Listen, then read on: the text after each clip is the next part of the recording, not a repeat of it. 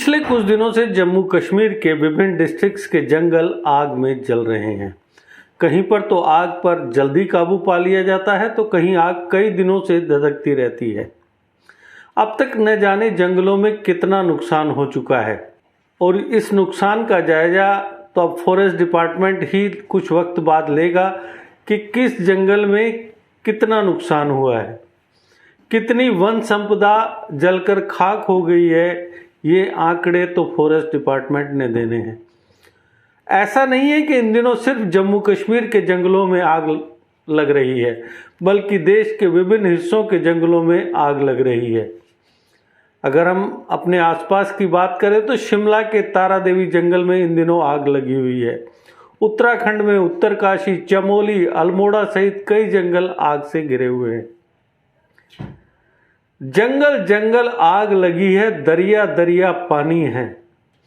जंगल जंगल आग लगी है, दरिया दरिया पानी है। नगरी नगरी था नहीं है, लोग बहुत घबराए हैं। दर्शकों, जेके अपडेट प्राइम टाइम में मैं प्रशांत भारद्वाज आपका स्वागत करता हूं। आज के प्राइम टाइम में चर्चा जंगलों की आग को लेकर। जंगलों में आग लगने की घटनाएं हर साल होती हैं। कुछ लोग तो यह तक कहते हैं कि जंगलों में हरे सोने की अवैध कटाई को छिपाने के लिए जंगलों में आग फॉरेस्ट माफिया द्वारा लगाई जाती है। लेकिन इसकी एक सबसे बड़ी वजह है क्लाइमेट चेंज। क्लाइमेट चेंज के चलते जिस तरह से गर्मी बढ़ रही है, जंगल भी धधकने लगे हैं। चिंता की बात यह है कि पहाड़ी जंगलों में आग की घटनाएं आमतौर पर मई जून में जोर पकड़ती थी, लेकिन इस बार तो मार्च से ही जंगल सुलगने लगे हैं। Council on energy, environment and water की एक हालिया रिपोर्ट ये खुलासा करती है कि भारत के 30% से ज़्यादा डिस्ट्रिक्ट्स के जंगलों में भीषण आग लगने का खतरा है। पिछले एक दशक में जंगल में आग लगने की घटनाओं में 10 गुना इजाफा हुआ है।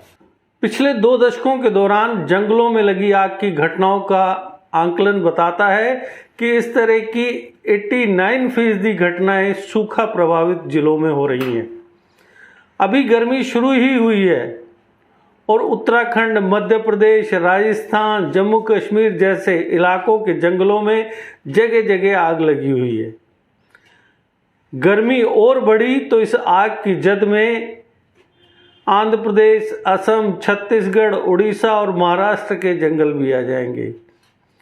कुछ रिपोर्ट्स में यह भी दावा किया गया है कि पिछले 2 सालों में जंगलों में आग के मामलों में 177% का इजाफा हुआ है।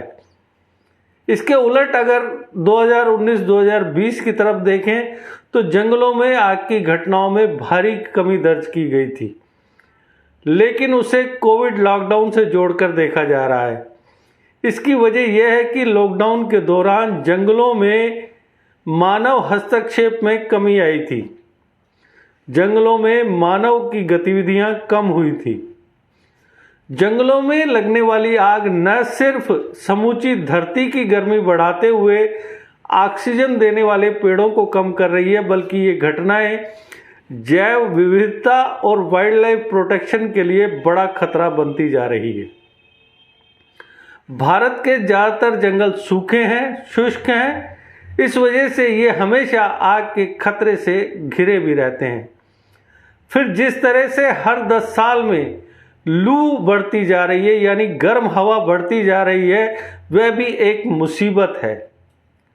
भारतीय मौसम विज्ञान विभाग की एक रिपोर्ट बताती है कि 1981 से 1990 के दशक में लू यानी गर्म हवा के दिनों की तादाद 413 रही। वहीं 2001 से 2010 के दशक में यह बढ़कर 575 हो गई। इसके बाद 2011 से 2020 के दशक में इनकी तादाद बढ़कर 600 तक हो गई। इस साल का अप्रैल महीना अब तक का सबसे गर्म अप्रैल साबित हुआ। सिर्फ राष्ट्रीय राजधानी दिल्ली में ही इस अप्रैल में 9 दिन लू यानी गर्म हवा का प्रभाव रहा। 1951 से अब तक अप्रैल महीने में इतने अधिक लू भरे दिन राजधानी में कभी नहीं आए थे। जंगलों पर मंडराती आग कम हो सकती है। इसके लिए आग से संबंधित जोखिम के मैप के साथ अल्पकालिक मौसम पूर्वानुमान पर आधारित वार्निंग का न सिर्फ सिस्टम बनाना होगा, बल्कि उसे इतना मजबूत करना होगा कि हर हाल में वार्निंग जारी कर सके। कहने की ज़रूरत नहीं कि फॉरेस्ट डिपार्टमेंट में भी लोगों की तादाद और आग का बजट दोनों में इजाफा करना होगा। आग के सबसे अधिक जोखिम वाले इलाकों में ड्रोन से निगरानी रखी जा सकती है। जंगलों में जहां जहां आग लगी है वहां दोबारा जंगल उगाने के लिए भी बड़े पैमाने पर अभियान चलाना होगा। राजस्थान की सरिस्का वाइल्ड लाइफ सेंचुरी की आग लगने की हालिया घटना से हमें यह सीखना चाहिए कि जलवायु की बदली हुई परिस्थितियों में जंगल में लगने वाली आग के लिए अब नेशनल लेवल पर प्रयास करने बेहद जरूरी हो गए हैं, क्योंकि अगर ऐसा नहीं किया गया तो वो दिन दूर नहीं जब जंगलों की आग मानव जीवन के लिए भारी पड़ेगी। जंगल में आग लगने के दौरान लोकल लेवल पर हवा की गुणवत्ता काफ़ी खराब हो जाती है। इसका असर आसपास की बड़ी आबादी पर पड़ता है। राज्य सरकारों या राज्य के फॉरेस्ट डिपार्टमेंटों को सरकारी स्कूलों और कम्युनिटी हॉल जैसे सार्वजनिक भवनों को नए मकसदों के लिए तैयार करना चाहिए।